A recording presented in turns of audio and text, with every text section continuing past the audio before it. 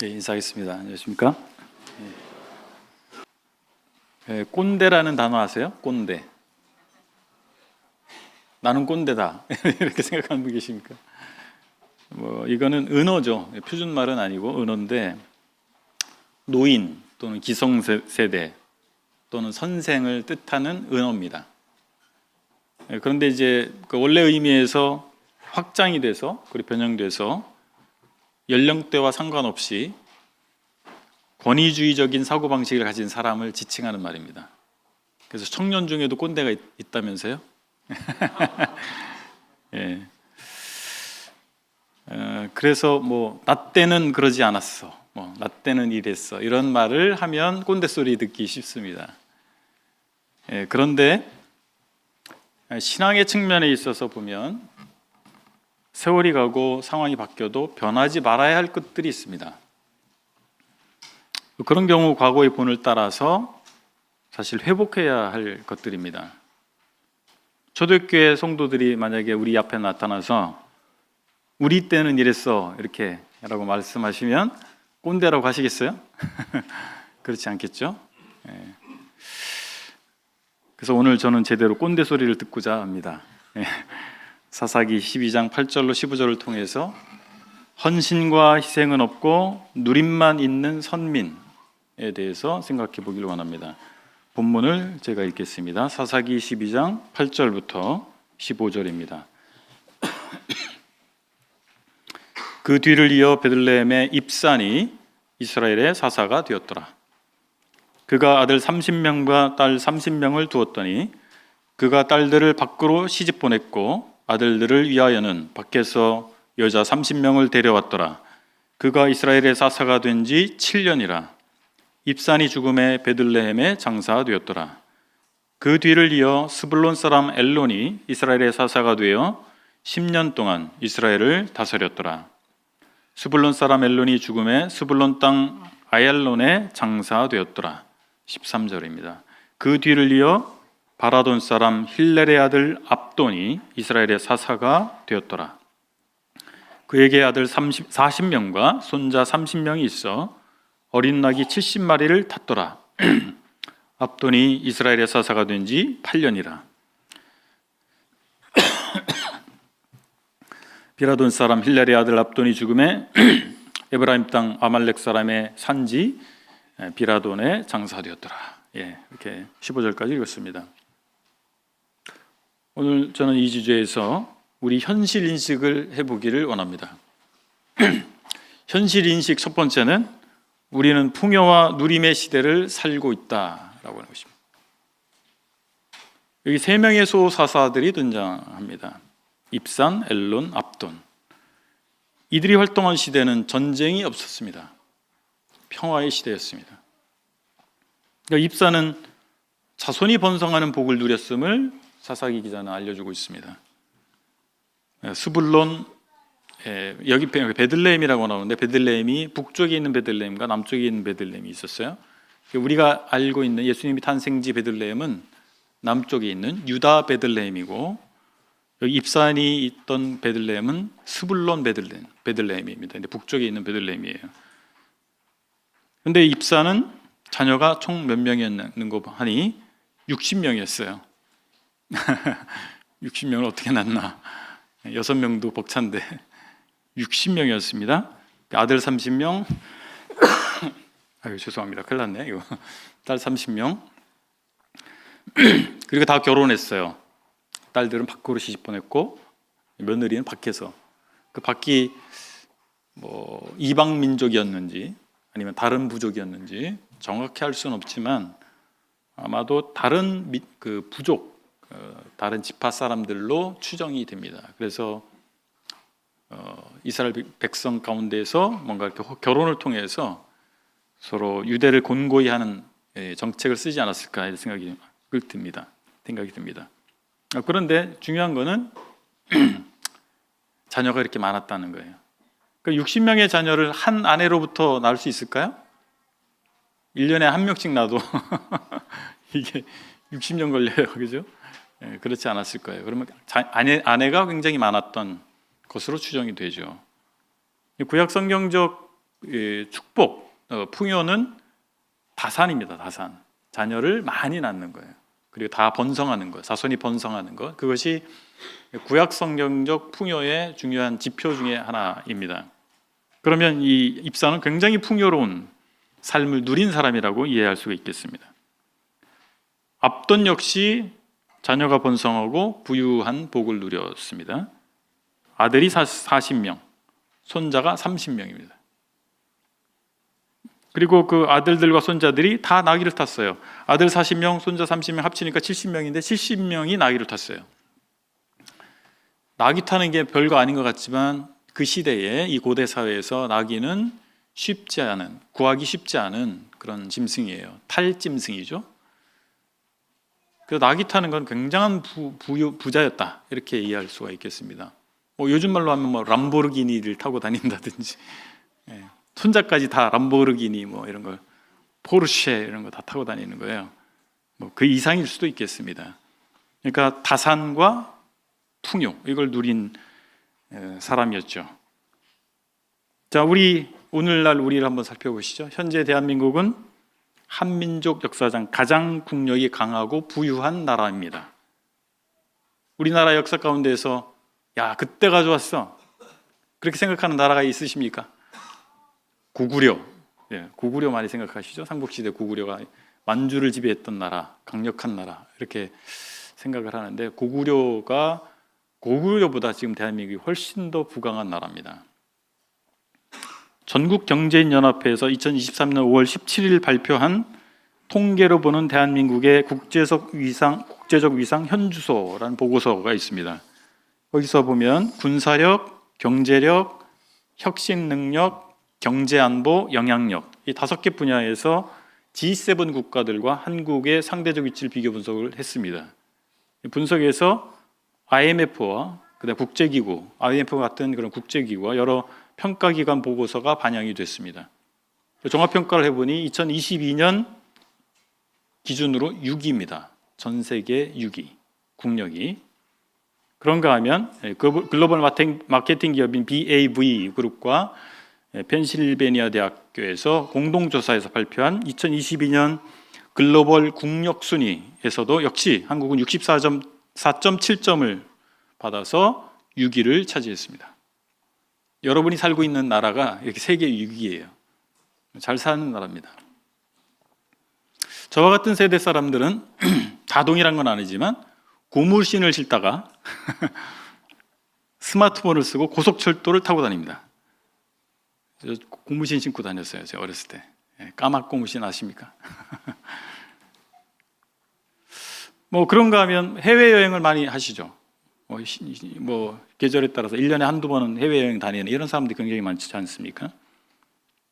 말 그대로 격세지감이란 말이 적용되는 시대인 것 같습니다. 풍요 자체가 나쁜 건 아니죠. 여러분, 저는 보릿고개를 몰라요. 근데 저희 아버지 세대는 보릿고개를 경험하셨죠. 보릿고개 겪는 것보다 삼시세끼 걱정 없이 밥을 먹을 수 있고 충분한 영양 공급을 받을 수 있는 건 나쁜 거 아닙니다. 좋은 것입니다. 축복이죠. 우리 가정들 집을 살펴보면 차가 거의 2대 정도, 평균 한 2대 정도 되는 것 같아요. 한 대인 집도 있지만 2대, 3대 이렇게 굉장히 풍요를 누리고 있고, 집마다 컴퓨터 한 대 정도는 있지 않습니까? 그죠? 노트북이든 데스크탑이든 컴퓨터 한 대 이상이 있어요. 우리가 누리고 있는 것들이 당연하다고 생각하지만 이럴 수 있는 전 세계 사람들, 이럴 수 있는 사람들이 생각보다 많지 않다라고 하는 것입니다. 우리는 말 그대로 풍요로운 시대를 경험하고 있는 것입니다. 누리고 있는 것입니다. 자, 현실인식 두 번째는 우리는 헌신과 희생을 저평가하는 시대에 살고 있다라고 하는 것입니다. 이 3명의 소사사들은 특별한 역할이 없었어요. 우리 본문에서 읽은 바처럼 입산과 엘론이 지도자로서 어떤 자격을 갖췄다라든지 어떤 경로를 통해서 사사로 부르심을 받았다라든지 없어요. 생략되어 있습니다. 그들은 하나님이 부르시지 않았을 수도 있고 또는 백성들이 뽑은 것도 아닐 수도 있습니다. 어쨌든 그들은 지도자가 돼 있었어요. 그런데 그들이 그 백성을 위해서 특별히 한 일도 없어요. 그런데 사사기 기자는 이스라엘을 다스렸더라라고 기록하고 있습니다. 그들이 이스라엘을 다스렸더라. 그들은 뭔가 그 책임을 감당하기보다는 누렸습니다. 그들의 지위와 그 풍요와 번영을 누린 거예요. 엘론에 대한 정보가 거의 없습니다. 그런데 그의 이름 엘론과 그가 장사된 수불론 땅 아얄론, 우리말로는 구분이 되죠. 엘론, 아얄론. 근데 히브리 문자로 기록된 글을 보면 히브리 문자는 원래 자음만 있어요. 모음이 없어요. 자음으로만 기록됩니다. 후대에 모음 부호를 붙여서 이제 읽을 수 있게 돼 있어요. 근데 원래 성경 히브리어를 보면 모음이 없어요. 그냥 자음으로만 기록됐어요. 근데 엘론이라는 이름과 아얄론이라고 하는 지명이 똑같아요. 자음이 똑같아요. 똑같은 글자로 보입니다. 아마도 그래서 엘론이 자기의 이름을 따라서 성읍의 이름을 지었을 수도 있겠다라고 하는 것입니다. 자기 이름을 따서. 이것은 바로 사사 권력이 사유화된 징후일 수 있는 것입니다. 사유화, 자기 것으로 여기는 것이죠. 그 권위를, 그 권세를 자기 것으로 여기고 누렸다라고 하는 것입니다. 실제 오늘의 본문에서 언급한 3명의 사사들에 대한 기록에서 우리는 이스라엘을 구원했다라든지 이스라엘을 이끌고 그들을 좋은 곳으로 안내했다라든지 그들의 영적 수준을 높였다라든지 그런 내용이 전혀 나타나지 않고 있습니다. 다만 다스렸습니다. 그리고 자식들이 번성하는 것을 보았고 부요를 누렸습니다. 오늘날 우리 사회에서는 헌신이나 희생보다 누림과 권리가 강조됩니다. 2023년 5월 15일 재계 발표에 따르면 국내 주요 기업 사옥 주변에 곳곳에서 의사 표현 수준을 넘어서 특정 목적 관철을 위해서 다른 사람에게 피해를 입히는 집회 시위를 하는 사례가 많이 보도가 되고 있습니다. 일부 시위자들은 자신의 이익을 위해서 다른 사람의 명예를 훼손하거나 모욕적 표현을 하거나 허위 사실을 유포하는 그런 게시물들을 붙이거나 플랜카드를 들고 있습니다. 그런데 어떤 제재도 받지 않아요. 고성능 스피커를 통해서 고음의 노래를 반복 재생하거나 그래서 그 사옥 그 건물 주변에 있는 사람들이 피해를 보고 출근하는 직장인들도 어려움을 겪습니다. 다른 한편으로 새로운 국가기관이 어느 곳에 새로 입주하게 되는 발표가 나면 기본적으로 그 지역 주민들이 들고 일어납니다. 플랜카드 붙이고 시위를 합니다. 반대 시위, 거부 시위를 하는 것이죠. 이것이 어떻게 보면 아주 당연시되고 있습니다. 개인의 이익, 지역의 이익이 국가의 이익보다 우선하는 것이죠. 참고 희생하는 것이 결코 더 이상 미덕이 되고 있지 않습니다. 참고 희생하는 사람들은 바보 취급당하는 세태에 우리가 살고 있는 거예요. 이런 세태 가운데 우리가 살고 있기 때문에 그리스도인인 우리도, 하나님 백성인 우리도 그런 세태의 영향을 받을 수 있습니다. 바울은 로마서 12장 2절에서 성도들에게 권고합니다.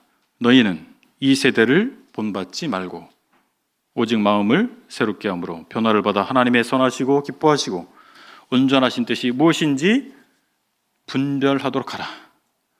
뭐라고요? 이 세대를 본받지 말라는 것입니다. 우리는 다른 사람들입니다.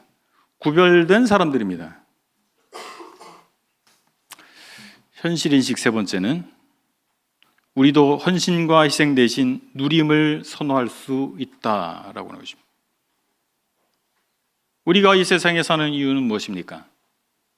바울은 이에 대해서 이렇게 고백했습니다. 갈라디아서 2장 20절에서 내가 그리스도와 함께 십자가에 못 박혔나니 그런즉 이제는 내가 사는 것이 아니요 오직 내 안에 그리스도께서 사시는 것이라.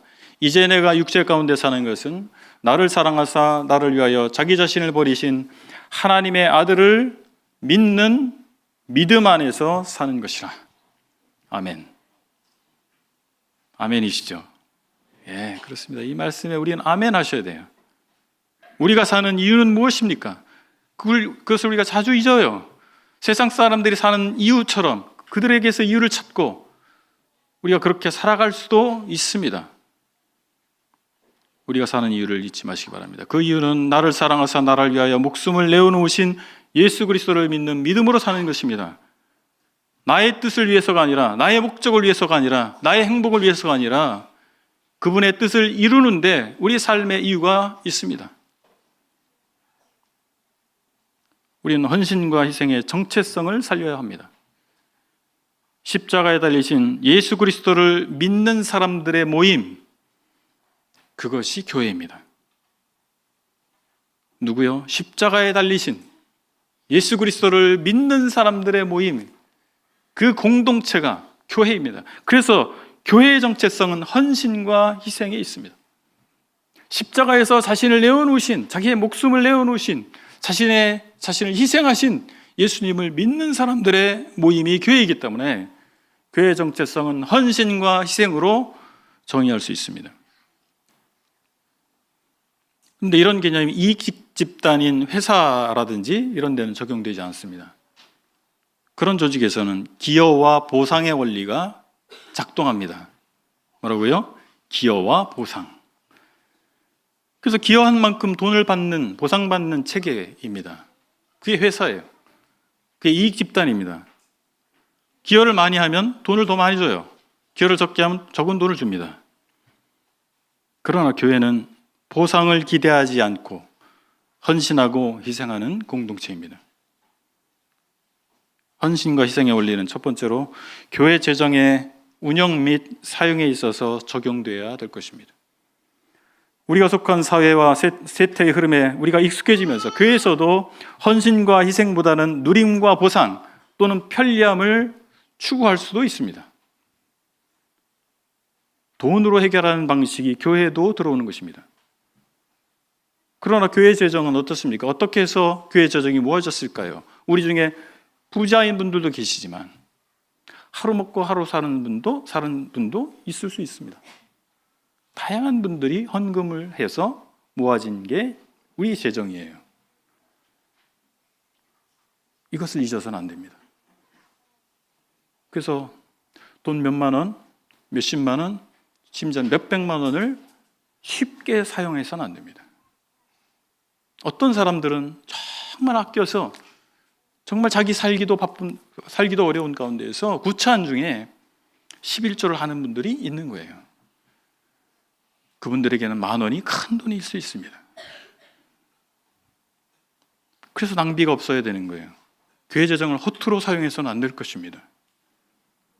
주님께서는 온전한 공급자시기 때문에 물고기 2마리와 보리떡 5덩어리로 5,000명을 먹이셨어요.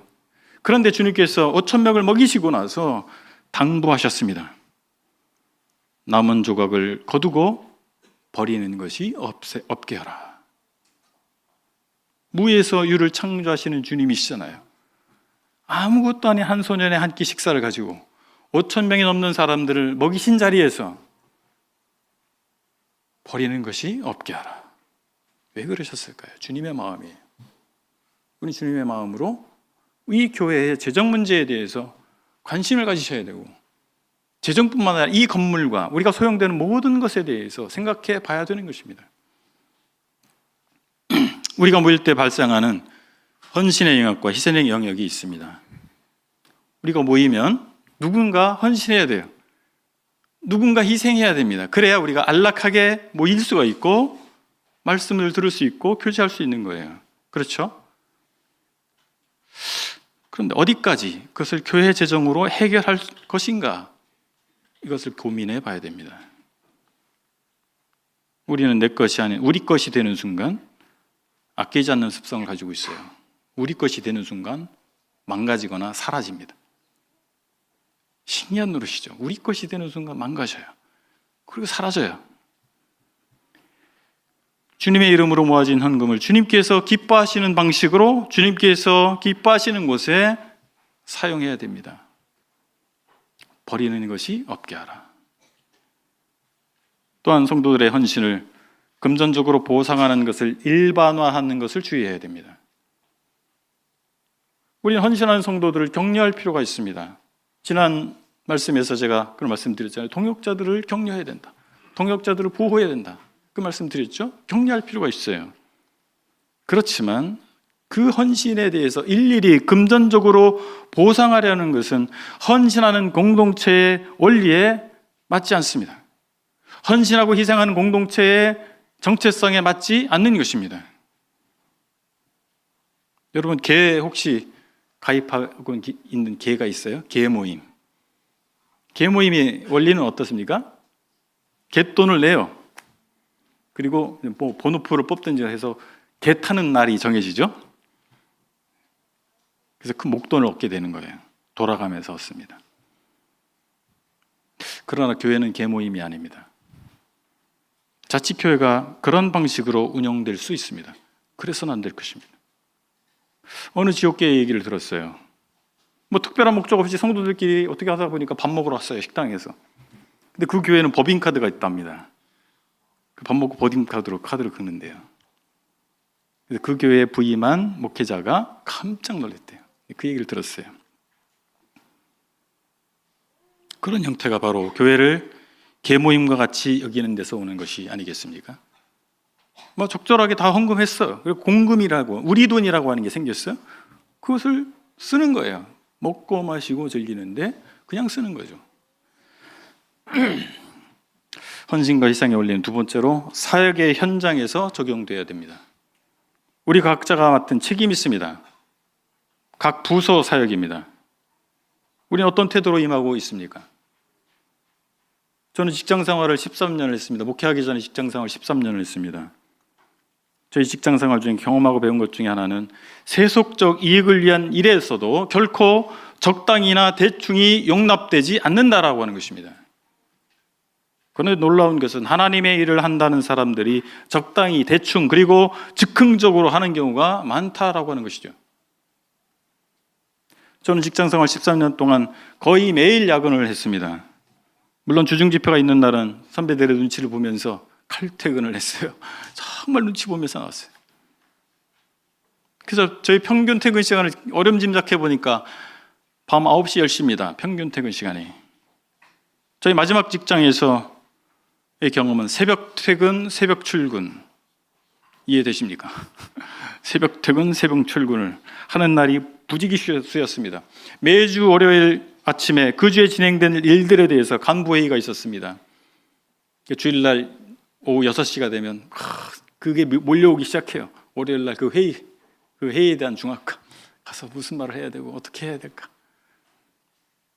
주간 단위 계획을 세우고 점검하고 분석하고 시행하는 그런 일을 반복했습니다. 매년 연말이 되면 다음에 사업 계획을 세우기 위해서 1박 2일 워크숍을 했고 연중에도 중장기 전략을 위해서 간부들 워크숍이 수시로 진행됐습니다. 우리가 행하는 사역이 기업의 이윤 추구만도 못한 일일까요? 여기에 동의할 분은 아무도 없을 겁니다. 그러나 실제 우리 사역의 현장에서 마치 그런 것처럼 행하고 있을 수가 있습니다. 이렇게 제가 말씀드리면 교회는 회사가 아니잖아요. 교회는 성령의 인도하신 가운데 자원해서 섬겨야지요. 어떻게 그렇게 타이트하게 인위적으로 할 수 있습니까? 라고 반문하실 수 있어요. 그러나 우리 한번 생각해 보시죠. 우리가 하나님을 섬기는 방식이 계획 없이 체계 없이 즉흥적으로 하면 성령의 인도하심을 자동으로 받을 수 있습니까? 아니면 그 반대로 하면 성령의 인도하심이 없을까요? 무계획적으로 즉흥적으로 하면서 매우 인간적으로 매우 육신적으로 행할 수도 있는 것입니다. 그 반대 계획을 세우고 체계적으로 일을 할 때 충분히 성령의 인도하심 가운데 할 수 있는 것이죠. 어떤 방식을 행하면 기계적으로 어떤 결과가 나오는 것으로 우리가 이해해서는 안 될 것입니다. 그래서 방법론에 있지 않습니다. 뭐에 있습니까? 우리의 마음에 있어요. 우리의 중심에 있습니다. 중요한 것은 얼마나 충성되어 있는가. 그거 아니겠습니까? 우리 마음이 정말 그렇게 있는가? 그 사역에 있어서 내가 정말 본심으로 충성하고 있는가? 라고 하는 것입니다. 어떤 분들은 그렇게 말할 수 있습니다. 저는 MBTI가 그렇지 않아서요. 저는 그렇게 자유로운 영혼입니다. 감성적인 사람이에요. 이렇게 말할 수도 있을 것입니다. 그런데 우리가 받은 소명과 사역에 대해서 개인적 성향으로 무책임함을 정당화할 수 없습니다. 우리가 섬기는 방식에 우리의 성향이 영향을 미칠 수 있습니다. 그럴 수밖에 없죠. 그렇지만 하나님께서 주신 사명을 대하는 태도까지 성향으로 핑계댈 수 없다라고 하는 것입니다. 우리는 성향대로 하나님 섬기고 사는 것이 아니라 주님이 주신 사명을 따라서 섬기고 살아야 하지 않겠습니까? 모세는 말을 유창하게 하지 못하는 사람이었던 것 같아요. 출애굽기 4장 10절에 보면 입이 뻣뻣하고 혀가 둔한 자니이다. 주님이 부르시는데 나 못 갑니다. 반복해서 하는 말이 있어요. 입이 뻣뻣하고 말을 잘 못하는 사람이에요. 타고난 것이 어때요? 말을 잘하는 사람이 있는가, 말 잘 못하는 사람이 있어요. 잘 못하는 사람 노력해도 쉽지 않습니다. 그게 타고난 대로 섬기는 게 아니죠. 무시할 수는 없습니다만 타고난 대로 섬기는 게 아니라 주님께서 부르신 대로 주님의 부르심을 따라 섬기는 것이죠. 그렇지 않겠습니까? 그래서 우리 자신을 극복해야 되는 거예요.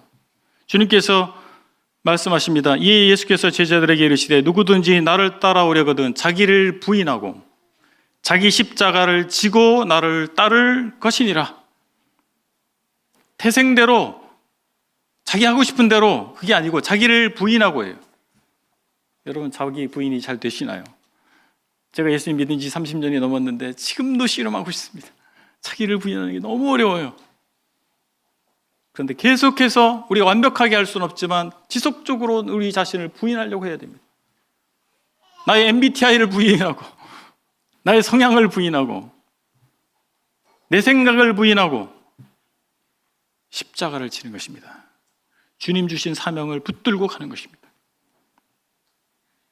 게으름이나 무책임한 태도를 정당화하지 말아야 됩니다. 헌신과 희생의 원리 세 번째는 지상명령에 적용돼야 됩니다. 우리 교회는 내부지향적 교회입니까? 외부지향적 교회입니까? 여러분 스스로 생각해 보세요. 내부지향적인지 외부지향적인지. 성도 간에 서로 사랑하고 친교를 나누는 것은 좋은 것입니다. 왜냐하면 우리 그리스도 안에서 가족이잖아요. 영적인 가족이잖아요. 그래서 서로 사랑하고 친교하는 것 잘하시는 거예요. 그런데 하나님께서는 우리끼리만 모여 있으라고 하지 않으셨습니다. 땅끝까지 나가서 복음의 증인이 될 것을 요구하셨어요. 우리가 잘 아는 사도행전 1장 8절에서 오직 성령이 너에게 임하시면 너희가 권능을 받고 예루살렘과 온 유대와 사마리아와 땅끝까지 이르러 내 증인이 되리라 라고 말씀하셨잖아요. 여러분 성령 받으셨습니까? 네, 다 성령 받으셨잖아요. 너희에게 성령이 임하시면 어떻게 된다고요? 내 증인이 되리라. 우리끼리만 모여있으면 기쁘고 즐거워요. 잘 통하잖아요. 성령이, 영이 통한다 그러죠. 구원받은 성도들끼리 모여있으니까 너무 좋아요. 밤새는 줄 모르고 교제할 수도 있어요. 얼마나 좋습니까? 그런데 이방인에게 전도하려고 하면 어때요? 어려워요. 어려움이 초래되는 거예요. 희생이 초래되는 것입니다. 우리의 생각과 삶에서 이웃에게 전도하는 부분은 얼마나 차지하고 있습니까? 여러분의 브레인 맵이라고 하죠. 머리 그려놓고 내 생각에 차지하는 영역 표시하는 거 있잖아요. 그림으로. 여러분의 생각 속에 믿지 않는 사람에게 전도하는 것이 얼마나 차지하고 있어요? 여러분의 실제 생활 가운데에서 믿지 않는 사람에게 복음 전하는 것이 얼마나 차지하고 있습니까? 그것을 확인할 수 있는 방법이 있어요. 여러분이 만나는 사람들이 누굽니까? 주로 만나는 사람들. 그리고 관계 맺는 사람들은 어떤 사람들입니까? 대부분 성도들이세요? 그렇다면 여러분은 전도할 대상이 없는 겁니다. 성도들에게 전도할 거예요? 아니에요. 다 구원 받았잖아요. 우리 교회는 특수성을 가지고 있습니다. 지나가다 들어와서 교회 멤버가 되기가 어려워요. 여기 이사 와서 우리 교회 더해지는 게 거의 없습니다. 관계 중심 전도를 할 수밖에 없어요. 우리 생존 방법 관계 중심 전도예요. 그런데 우리가 관계 맺고 있는 사람들이 다 성도라면 누구에게 복음 전할 수 있을까요?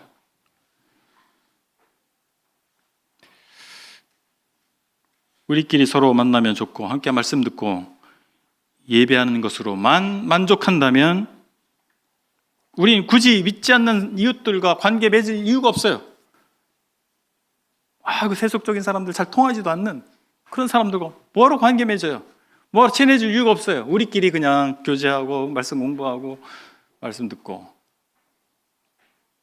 행복하잖아요. 근데 굳이 이렇게 트러블을 만들어. 그러나 우리가 복음을 전하길 원한다면, 주님이 우리에게 주신 명령을 생각한다면 우리는 세상 속으로 나갈 것입니다. 어떻게든 우리 이웃들과 관계를 맺어보려고 노력할 것입니다. 우리 주님 그리고 사도들은 고상한 생각만 하던 분들이 아니에요. 철학자들처럼 그냥 모여와서 고상한 생각하고 형이상학적 추론을 하고 그거 말장난하고 그랬던 분들이 아닙니다. 이 땅에 주님이 오셨고 죽음을 무릅쓰셨습니다. 사도들을 다 순교했습니다. 이스라엘은 선민의 정체성을 지키는 데 있어서 이방인들과의 구별에 초점을 맞추었습니다. 그것은 선민의 정체성 중에 한 부분입니다. 그런데 그들은 그것에 모든 초점을 맞추게 됐습니다. 중세 기독교인들은 어땠습니까? 수도원을 만들고 세상으로부터 철저히 구별하고자 했습니다. 수도원 안에서 기도하는 시간을 갖고 말씀을 읽고 말씀을 연구하는 데 집중했습니다. 그러면 하나님의 뜻이 실현될 줄 알았어요. 그것이 참된 경건인 줄 알았습니다. 이방인들을 개돼지 취급하면서 개토를 만들어서 자기들만의 생활권을 유지했던 이스라엘 사람들, 중세 기독교인들이 수도원을 만들어서 세상과 완전히 담을 쌓고 자기들만의 공동체 속에 숨어 살았던 그런 모습들을 보면서 우리는 무엇을 교훈받을 수 있습니까? 역사는 우리에게 알려줍니다. 그것이 결코 하나님이 기뻐하시는 것이 아니다라고 하는 것입니다. 하나님께서 의도하신 하나님 백성의 정체성과 거리가 먼 것이었습니다. 하나님께서 우리에게 기대하시는 것은 무엇입니까? 우리가 선민의식에 사로잡히는 것이 아니라 우리가 세상 속으로 나가서 하나님 나라를 확장하는 것입니다. 우리는 우리 스스로를 모임이라고 말을 합니다. 정확히 표현하면 기독교 형제단. 우리는 혹시 형제단이라는 선민의식에 사로잡혀 있지 않습니까? 또는 서총주교회라고 하는 지역교회의 선민의식을 가지고 있지 않습니까? 지역교회 선민의식을 조장하는 일꾼들이 있더라고요. 우리 교회 최고야. 그래서 다른 지역교회로 옮겼음에도 불구하고 이 교회에 소속감을 별거 안 가져요. 원래 있던 교회에 소속감을 더 갖고 있더라고요. 그런 경우가 종종 있어요. 누구 책임인가요? 저는 첫 번째 일꾼들의 책임이라고 생각합니다. 지역교회 선민의식을 심어준 거죠. 우리가 최고야. 딴 데 별 볼 일 없어. 주님이 정말 주님 앞에 우리가 있다면 과연 우리 개인적으로나 지역교회 차원에서나 아니면 우리 브레드린 전체 차원에 있어서나 그런 마음을 가질 수 있을까요? 우리가 신앙 양심적으로? 못 가져요. 그렇게 가질 수 없어요. 벼는 익을수록 고개를 숙이지 않습니까? 우리가 참된 영성을 가지고 있다면, 정말 하나님 믿는 신앙이 충만하다면, 성령이 충만하다면 우리 고개를 숙일 수밖에 없죠. 우리는 부족한 사람입니다. 겸손해질 수밖에 없는 것입니다. 그래서 우리가 주님이 주신 가장 큰 명령을 등한히 하면 결코 주님으로부터 칭찬받지 못할 것입니다. 주님께서 우리에게 기대하시는 것은 안주하는 것이 아니라 복음을 들고 나아가는 것입니다. 그러다 보면 우리는 희생을 감수해야 될 것이고 헌신을 감수해야 되는 것입니다. 오늘 교훈을 정리해 보겠습니다. 우리가 속한 세상은 풍요와 누림을 지향하고 헌신과 희생을 저평가합니다. 그런 가운데 우리 자신도 헌신과 희생의 정체성을 상실할 수 있습니다. 우리는 바울의 고백처럼 그리스도의 남은 고난을 육체에 채우는 자들이어야 할 것입니다. 복음을 위해서, 교회를 위해서 헌신하고 희생하는 친백성이 되시길 바랍니다. 우리가 살아가는 이유를 생각하시기 바랍니다. 이걸 생각하면서 내가 살아가는 이유라는 찬송을 같이 부르실까요? 네. 내가 살아가는 이유 함께 부르시겠습니다.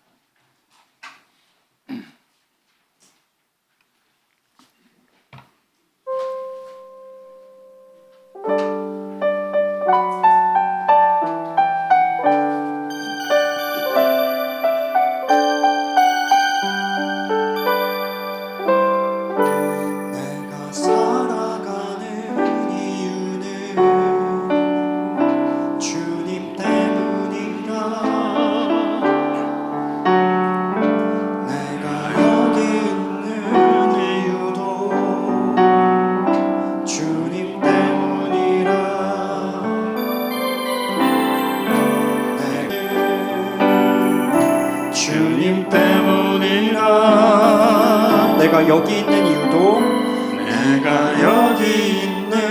이유도 주님 때문이라. 주님 언제나 내 안에, 주님 언제나 내 안에, 내가 주님 안에 온전히 하나 되어서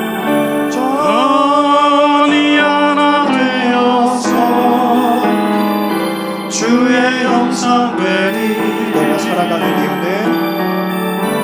내가 살아가는 이유는 주님 때문이라. 내가 여기 있는 이유도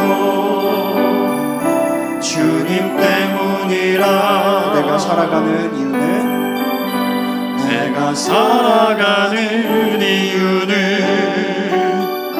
주님. 내가 여기 있는 이유도 주님 때문이라. 내가 여기 있는 이유도 주님 때문이라. 네, 기도하시겠습니다. 주님, 저희가 사는 세상의 물결을 거스르기가 참 어렵습니다. 저희가 사는 세상은 풍요와 누림을 추구하고 있습니다. 그래서 저희도 헌신하고 희생하기보다 세속적 안락을 추구할 수 있음을 고백합니다. 그러나 주님께서 하늘 영광과 안식을 버리시고 저희를 위해 이 땅에 오셨으며 십자가에 자신을 내어놓으사 희생하신 것을 기억합니다. 저희도 주님처럼 살기를 원합니다. 서청주교회 성도들이 하나님을 위해 헌신하고 희생하는 특권을, 복을 누리게 하여 주시기를 원합니다. 예수 그리스도의 이름으로 기도했습니다. 아멘.